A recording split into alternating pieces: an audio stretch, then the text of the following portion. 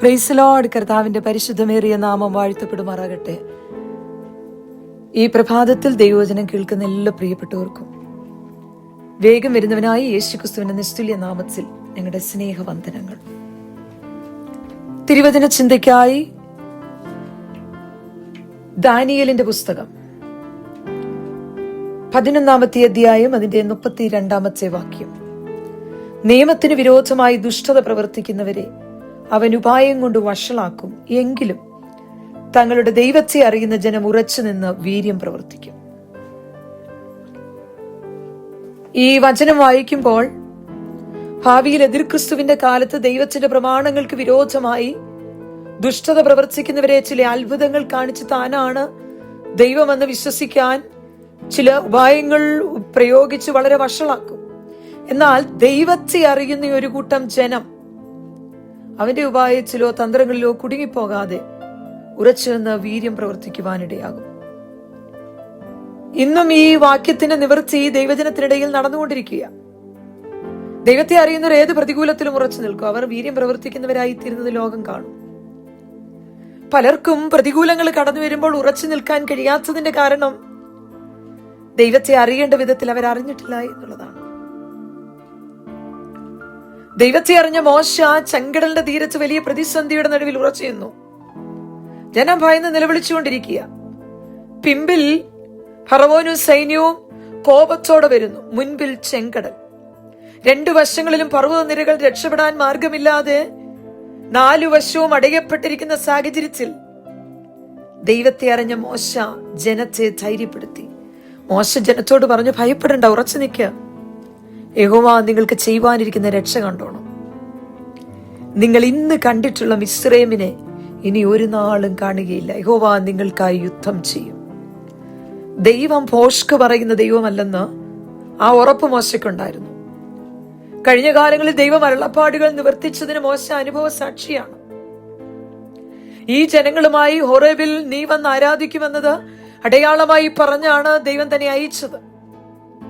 അതുകൊണ്ട് 4 വശം അടഞ്ഞാലും എത്ര വലിയ വെല്ലുവിളിയും ഭീഷണി ഉണ്ടായാലും ആർക്കും അടയ്ക്കാൻ കഴിയാത്തൊരു പുതിയ വഴി തുറന്ന് ജനങ്ങളുമായി ഞാൻ തന്നെ ഹോരേബിൽ എത്തുമെന്നുള്ള വിശ്വാസം മോശയ്ക്കുണ്ടായിരുന്നു. കാരണം അബ്രഹാമിനോട് അരുളി ചെയ്ത അരുളപ്പാടുകൾ, തന്നോട് ദൈവം അരുളി ചെയ്ത അരുളപ്പാടുകൾ കഴിഞ്ഞ കാലങ്ങൾ നിവർത്തിച്ച ഈ ദൈവം ഈ കാര്യവും നിവർത്തിക്കുമെന്ന് വിശ്വസിച്ച് പ്രതിസന്ധിയിൽ പതറാതെ ഉറച്ചു നിൽപ്പാൻ മോശയ്ക്കിടയായി.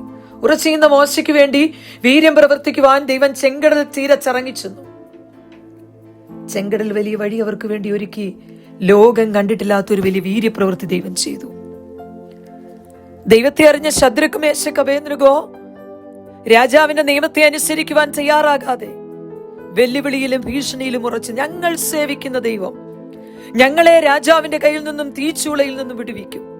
വിടുവിച്ചില്ലെങ്കിലും രാജാവ് നിർത്തിയ ബിംബത്തെ നമസ്കരിക്കത്തില്ലെന്ന് പറഞ്ഞവർ ഉറച്ചു നിന്നു. അതുകൊണ്ട് അവരെ തീച്ചൂളയിൽ വലിച്ചെറിഞ്ഞു.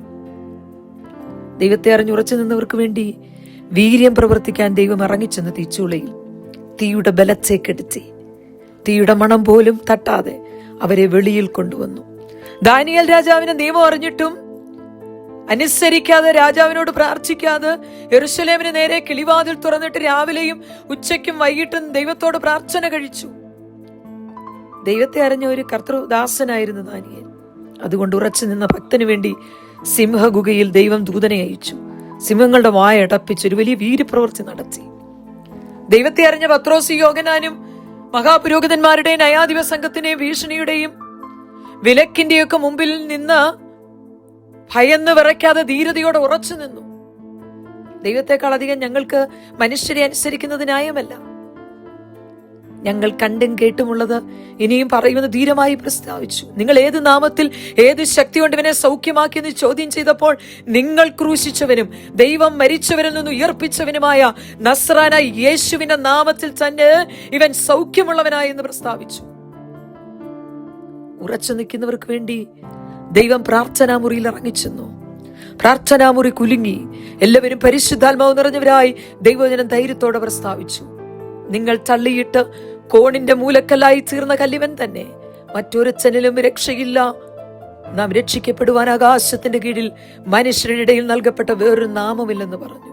യേശുവിനെ അറിയണമെന്നുള്ള ലക്ഷ്യത്തോടെ ജീവിച്ച പൗലോസ് ഒന്നുകുറെ 40 വട്ടം, ആമേൻ ഹല്ലേലൂയ, 40 അടി 5 വട്ടം കൊണ്ടപ്പോഴും, 3 പ്രാവശ്യം കോലുകൊണ്ട് അടിയേറ്റപ്പോഴും, കല്ലേറേറ്റപ്പോഴും, മൃഗയുദ്ധം ചെയ്തപ്പോഴും, മാനവും അപമാനങ്ങളും ദുഷ്കീർത്തിയും സൽകീർത്തിയും കേട്ടപ്പോഴും ഞാൻ ആരെ വിശ്വസിച്ചിരിക്കുന്നുവെന്ന് താൻ അറിയുന്നുവെന്ന്, അവൻ എന്റെ ഉപതതി അവസാനം വരെ സൂക്ഷിക്കുമെന്ന് പ്രസ്താവിച്ചുകൊണ്ട് ഉറച്ചു നിന്നു.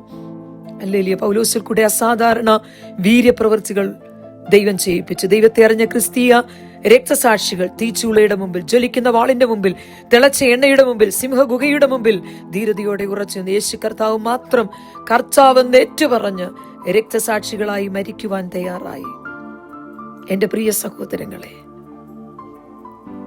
ദൈവത്തിന് വേണ്ടി വില കൊടുത്തു നിന്നാൽ ദൈവത്തെ അറിയുന്ന ജനം ഉറച്ചു നിന്ന വീര്യം പ്രവർത്തിക്കുവാനിടയാകും.